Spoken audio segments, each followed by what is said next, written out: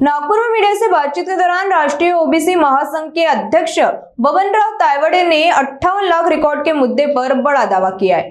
उन्होंने कहा कि ये 1986 से 2023 के बीच की पुराने नामांकन है और इनका आंदोलन से कोई संबंध नहीं।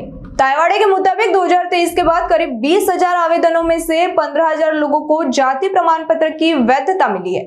साथ ही उन्होंने कहा कि 15,000 वैधताएं आंदोलन की सफलता है, लेकिन 58 लाख रिकॉर्ड को आंदोलन की उपलब्धि बताना सही नहीं है। 58 लाख नोंदी ज्या आहेत त्यांना प्रमाणपत्र देण्याची मागणी जरांगे करतायत, तरी दिशाभूल होते नाही। नक्कीच मी 58 लाख नोंदीवर याच्यापूर्वी सुद्धा अनेकदा स्पष्ट भूमिका मांडलेली आहे आणि ते सरकारने निर्गमित केलेल्या कागदपत्राच्या आधारे मांडलेली आहे की या 58 लाख नोंदी या आंदोलनकर्त्यांचं आंदोलन सुरू झाल्यानंतरच्या नाही आहे।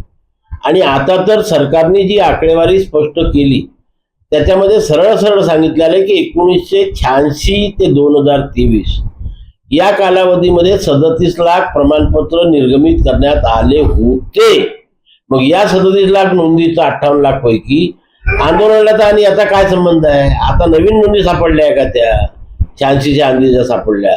पर्टिक्युलरली आपल्या महाराष्ट्रामध्ये विदर्भ, नागपूर आणि अमरावती, जळगाव विभाग ज्याला उत्तर महाराष्ट्र म्हणतात, कोकण विभाग, पुणे विभाग, नाशिक अशा या मिळून इथे जे नोंदी आहेत ह्या पिढ्यापासूनचे आहेत, ज्यांच्याकडे ऑलरेडी प्रमाणपत्र आहेत आणि त्याचा फायदा सुद्धा त्यांच्या घरच्या मंडळींना मिळत आहे।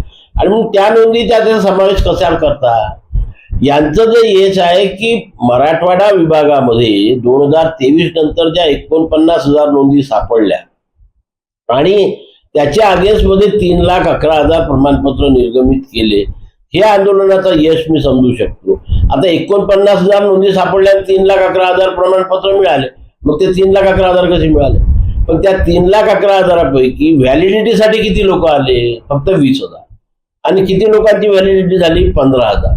हे 15,000 यश आहे आणि ते खरे ओबीसी असल्यामुळे, खरे कुणबी मराठा असल्यामुळे त्यांना व्हॅलिडिटी मिळाली असेल।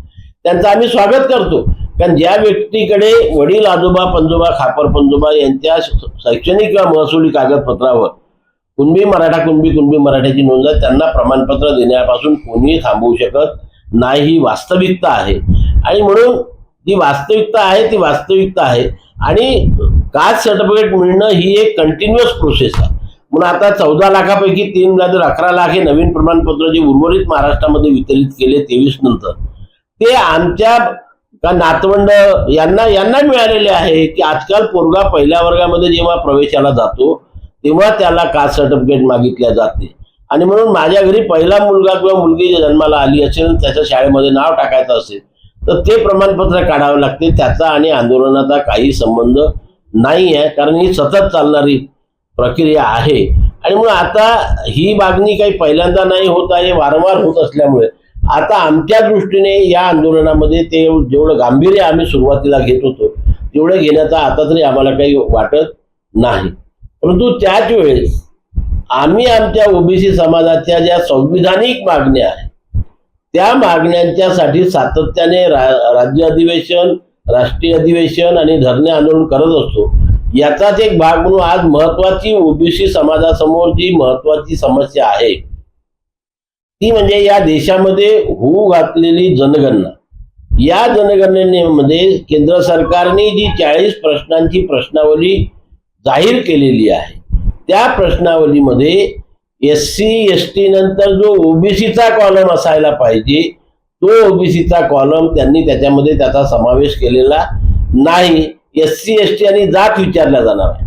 ओबीसी मध्ये असंख्य जाती आहेत, मग या जातीपैकी किती लोक जाती बरोबर सांगतील आणि मग त्याची गणना कशी करणार हे मात्र सरकारने अजूनपर्यंत स्पष्ट केलेलं नाही। आणि म्हणून राष्ट्रीय ओबीसी महासंघाची प्रामुख्याने पहिल्या दिवशीपासूनची जी मागणी सातत्याने राहिलेली आहे की SC ST प्रमाणे त्या 40 प्रश्नावलीमध्ये ओबीसीचा कॉलम सुद्धा समाविष्ट करावा आणि मग समाजाची जातनिहाय जनगणना करावी।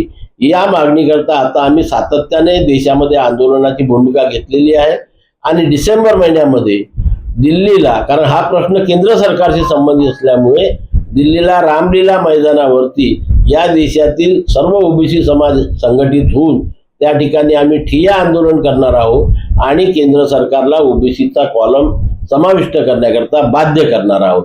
याकरता उद्या आमची महाराष्ट्रातील पदाधिकाऱ्यांची बैठक धनवटे नॅशनल कॉलेजला आहे, 20 सप्टेंबरला हैदराबादला आहे आणि त्याच्यानंतर इतर राज्यामध्ये सुद्धा मध्य प्रदेश असो, तेलंगणा असो, आंध्र असो, कर्नाटक असो, तिकडे हिमाचल या ठिकाणी या बैठका होऊन डिसेंबरमध्ये या कॉलमसाठी मोठ्या प्रमाणामध्ये ठिय्या आंदोलन करण्याचा आमचा निर्धार आहे आणि तो आम्ही करणार आहे.